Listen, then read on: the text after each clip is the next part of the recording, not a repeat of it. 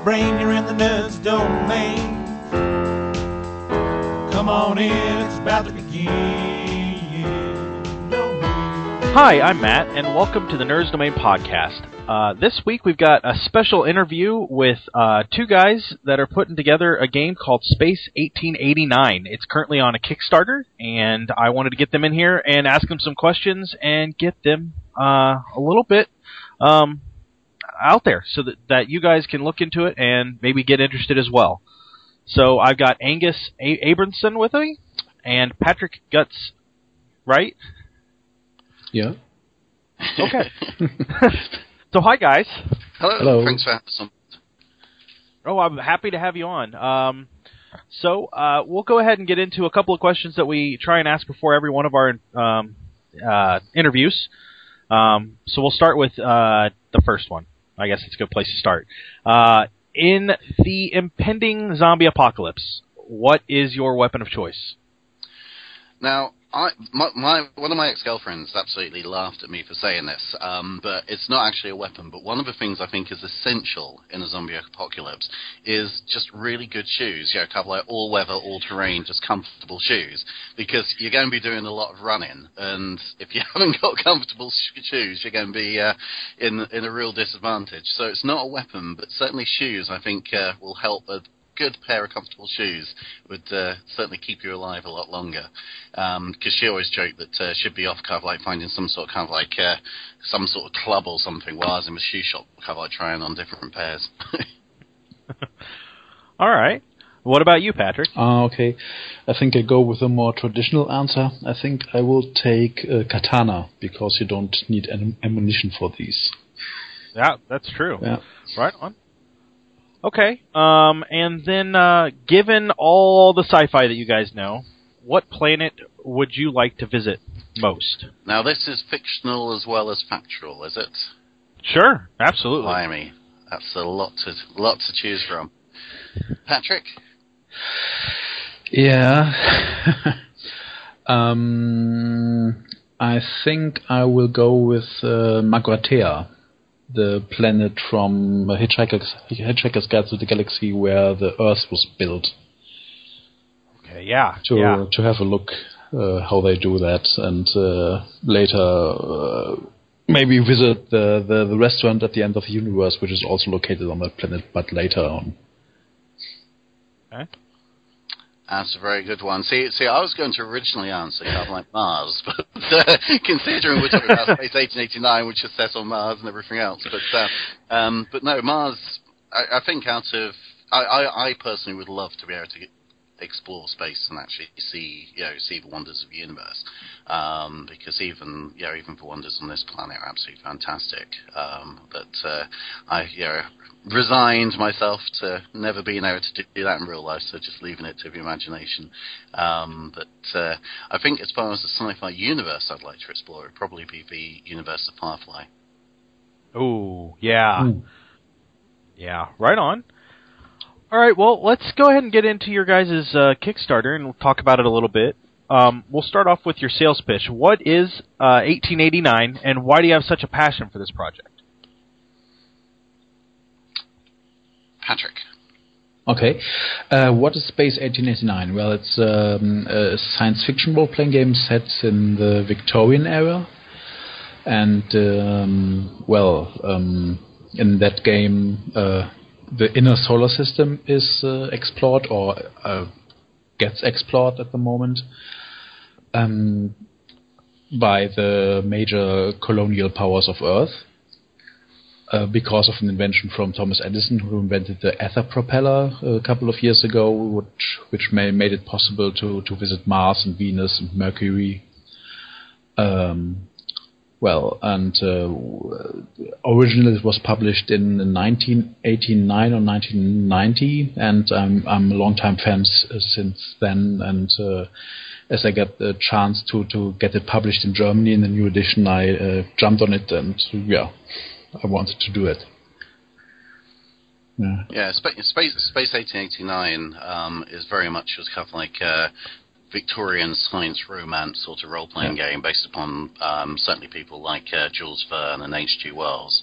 And like Patrick, I also played it back in the late 80s when it was first released, and I still actually found my first character sheet that I played with about a month or so ago when I was looking through some old files, because like a typical gamer, I probably have most of the character sheets since year dot one way or another.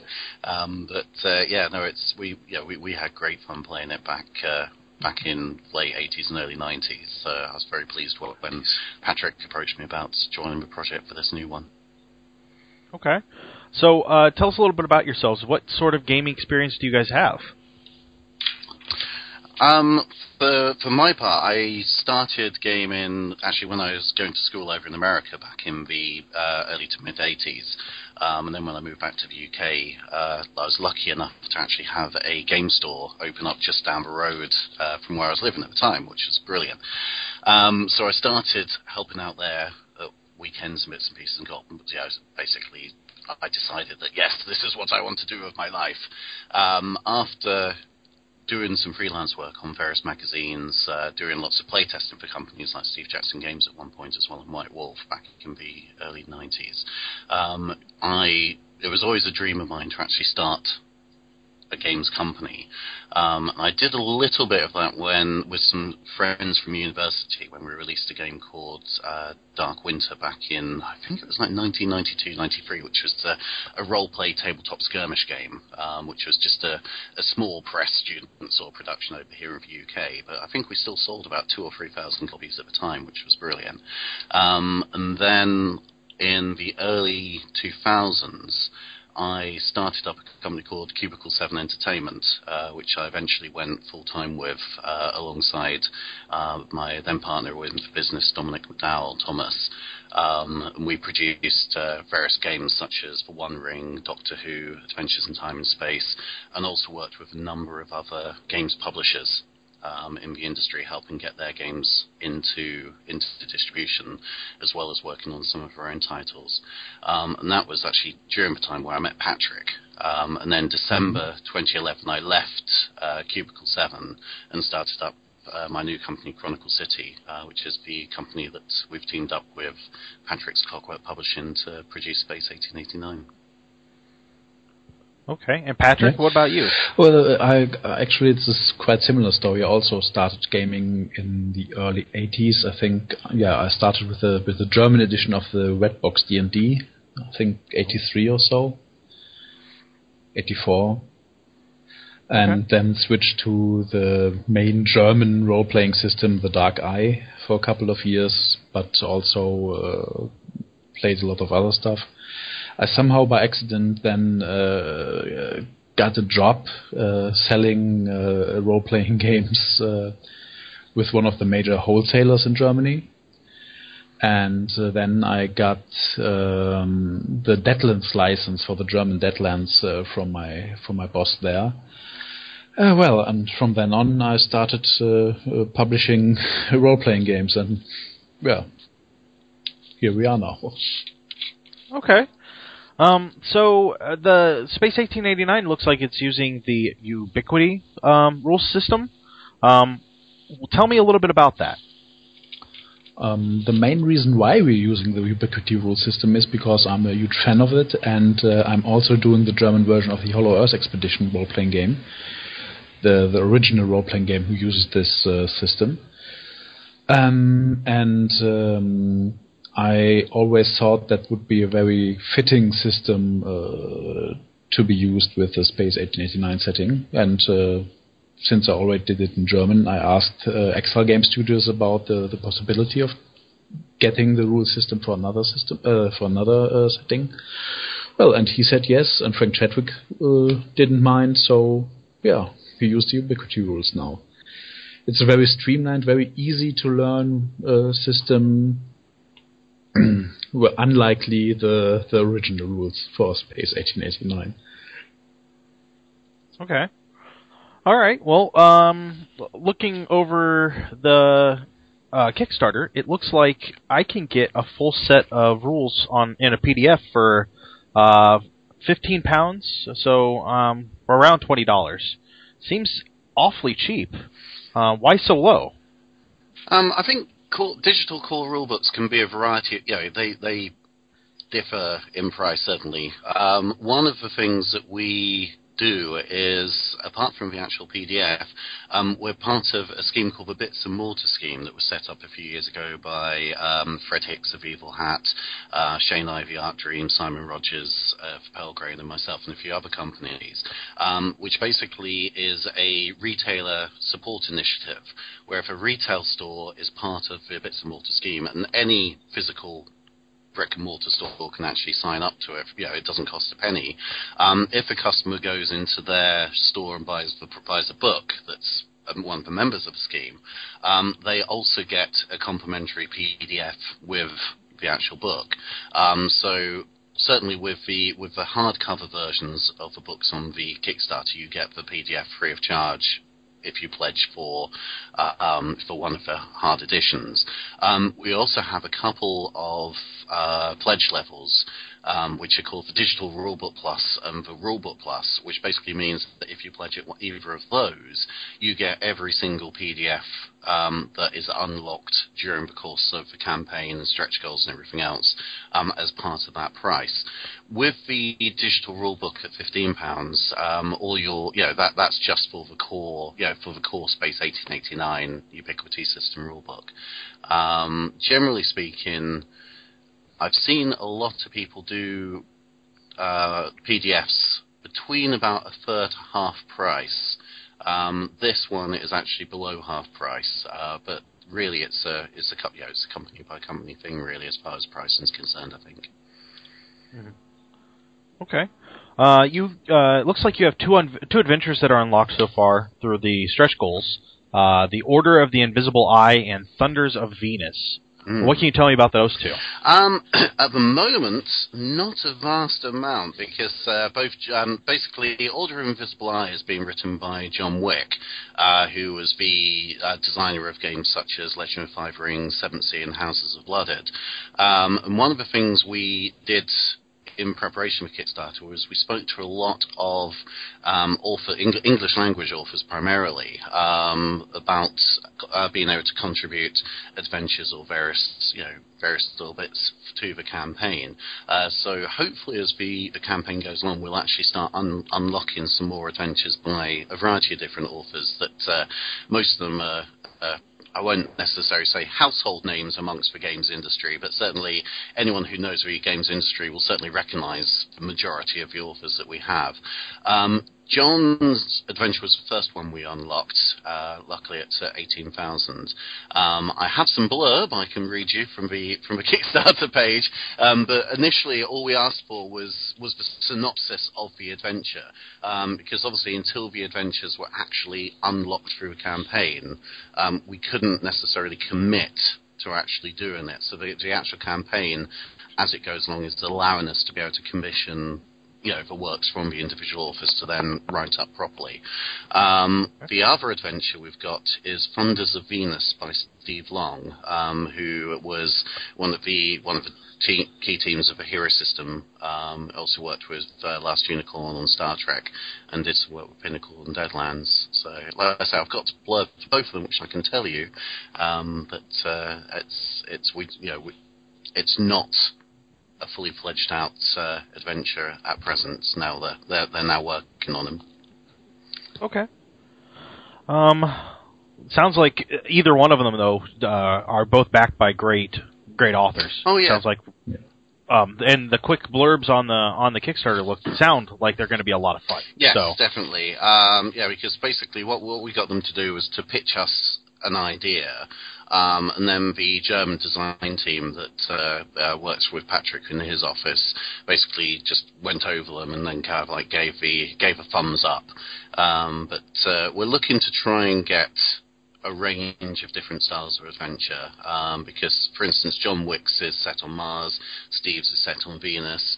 We'll have other adventures, hopefully have other adventures that might actually be earthbound, or kind of like on various ships that might be more secret society based, or various there's a whole plethora of ideas that have come through, so fingers crossed.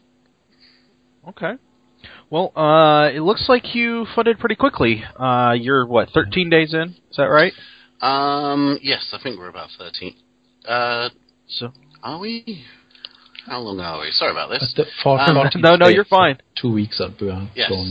Going. 2 weeks tomorrow, isn't it? So how soon after you put the Kickstarter up did you complete? Were you funded? That were 4 days, I think. We took 4 days. Wow. Okay. Is the stress gone yet, or are you still building more stress and stress with all these stretch goals? I think the initial stress has, certainly for me, it's gone. I can't speak for Patrick. Patrick might be a ball of stress over in Cologne. But certainly on my part, when we pressed launch, I cannot remember having so many butterflies in my stomach for many years. I was quite surprised at the way I felt, because I'd helped out on a few Kickstarter campaigns for other people before, like the Outdone Cthulhu that Modiphius did, and Interface Zero 2.0 that Gunmetal did. I assisted them a little bit on both their campaigns and have given Kickstarter advice to a number of people. But this was the first one that I was doing myself as such with Patrick, under my name on Kickstarter, and there were certainly some butterflies. How about you, Patrick? How are you feeling now? Same way. The stress is a little bit gone, but still a lot of work to do. We are constantly changing a little bit the next stretch goals, tweaking here and there. But I'm a lot calmer now than I was at the start of the Kickstarter. After we reached our pledge goal after 4 days, I was getting calmer very quickly. Yeah, we did a Kickstarter back in May to get some recording equipment, and that moment from when I hit submit until I got that first email saying you're good to go, that process was nerve-wracking. I don't know if you guys went through that. You guys have a much more professional looking Kickstarter than we did, but yeah, I think we got approved. It took half a day. Yeah. Wasn't oh it? wow. Yeah, it was very quickly. I basically submitted it, I think, when I went to bed, and when I woke up, I had an email saying, "Yep, go for it." So wow, it was very quick. Okay, well, can you give us any hints to what we might see in the future? Any supplements or anything like that? Yeah. We already revealed on the Kickstarter page that there will be a Venus source book if we reach that stretch goal. And I think there was already leaked a little picture of a miniature design for Space 1889. So, well, maybe we are doing some miniatures for it. Okay. It seems to suggest we might be. And we will, if the Kickstarter goes on like that, we will certainly see some more adventures and some more other stuff and accessories and maybe another source book. Yeah. Okay. Yeah, because we've certainly got a number of adventures that hopefully will start coming through. And to be honest, I think we'll be announcing the next set of adventures imminently, to be honest, because we've just passed another stretch goal this evening, so I'll be adding another one onto the bottom of the list for people to see, which will be very good. And that will be another adventure, this time by Shane Ivey from Arc Dream, who do the Wild Talents role-playing game, Godlight, and also they've just did a Kickstarter recently for Better Angels, and of course they do Delta Green as well. So Shane Ivey is going to be our adventure number 3 after the Venus book has been completed. We've also got the GM screen, an NPC booklet there. Everything else is currently still hidden as such, but there's certainly more to come. Adventures, source books, and also possibly the miniatures, as Patrick said. Okay. All right. Well, what about from your company in general? What can we expect to see from them with the success of this project? Do you guys have plans to expand into another game from here, or what's going on? Well, Patrick's company. How many books have you produced, Patrick? 50 to 60. Oh wow! Yeah, but German, of course. So nobody knows us outside of Germany. We're at the moment we produce about 2 or 3 printed books each month. But this is our first English project.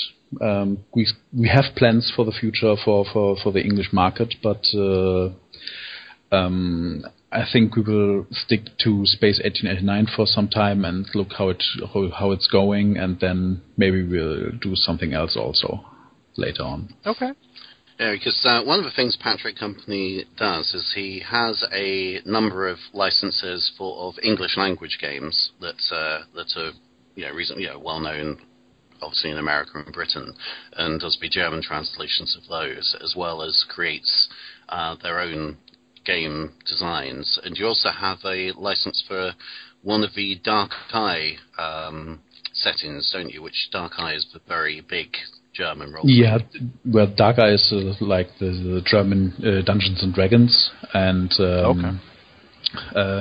beside the main, most successful settings, there are some minor settings, and we do have the license for 2 of these which we produce some books for every year, and selling. So it's a little bit like if Dungeons and Dragons had Forgotten Realms as the main setting, but then had other settings such as Mysteria or Greyhawk or exactly. Planescape, you would have some of it, So, and as far as Chronicle City, we work with a host of different publishing companies, helping them get their products into print, as well as we do have a couple of our own in-house projects that we're working on as well. So I think you should be certainly seeing more from both Chronicle City and also Clockwork Publishing over the coming months. Well, excellent. So where can we see you guys at? Will either of you guys or any of your company be making it to any conventions this year? Chronicle City's got a booth at Gen Con this year. We're at booth 1751, which is in the far right corner of the convention hall. But we actually have a 30-foot booth there, so we've got quite a large presence. We're just kind of like tucked up in the corner. We'll be there selling a whole range of the games that we're printing. I'm also this year. They invited me to be one of their industry insider guests. So I'm doing a number of panels at Gen Con as well over the course of the 4 days, speaking about various topics from Kickstarter, surprisingly enough, to how to get game companies started, independent publishing and self-publishing. Patrick seems to be on a never-ending stream of conventions in Germany. Since we started, I think you've been to 2 in the last 2 weeks, haven't you? Yes, that's right, yeah. And I will be on another one from Wednesday on this weekend again. we decided to visit all the major conventions in Germany and a lot of new smaller ones also.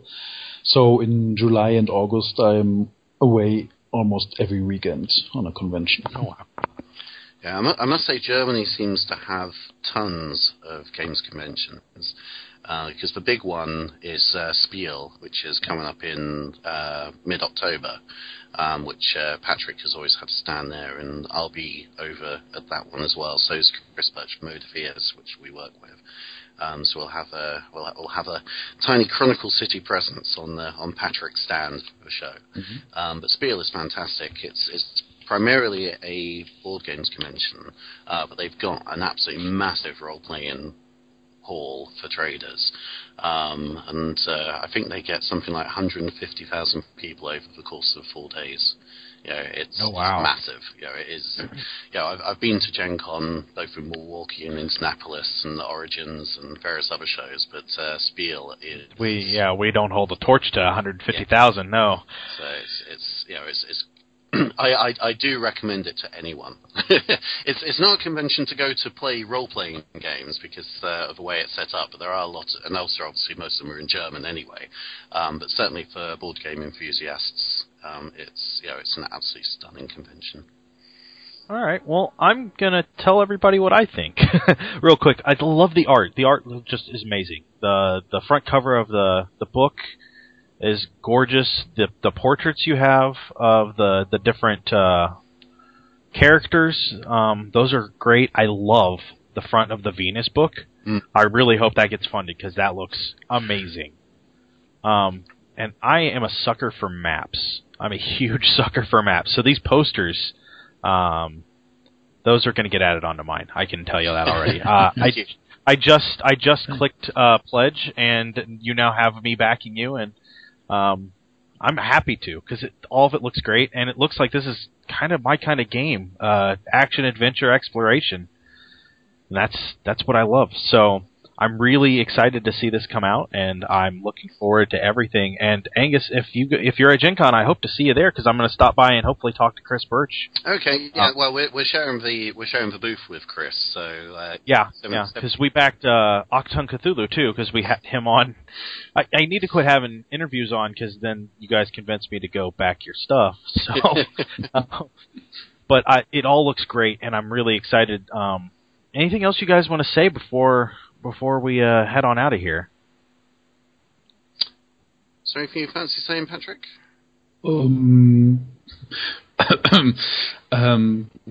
Besides, thank you for the invite and let me talk about space. No. I'm too tired to think about anything. Yeah, it is a little late. I did say, but Patrick is calling from Germany, and Angus is calling from England, and it's getting a little late over there. So it was a pleasure to have you, both of you guys. So I'm really, really happy to get the word out anytime I can for a Kickstarter, especially one that I am happy to back myself. So, thank you very much for inviting us on, and hopefully we can come back and chat to you again at some point in the future. Oh, absolutely. All right. Well, that does us tonight for the Nerds Domain podcast. You can always send us an email at nerdsdomain@gmail.com. You can catch me on Twitter at Quiet or the website at nerdsdomain. We want to thank Josh Shop for our music. And you can always head over to the website and click the Amazon link. That'll help us out a little bit. Same price for you. A little bit comes our way. And that'll be it for tonight. Thanks.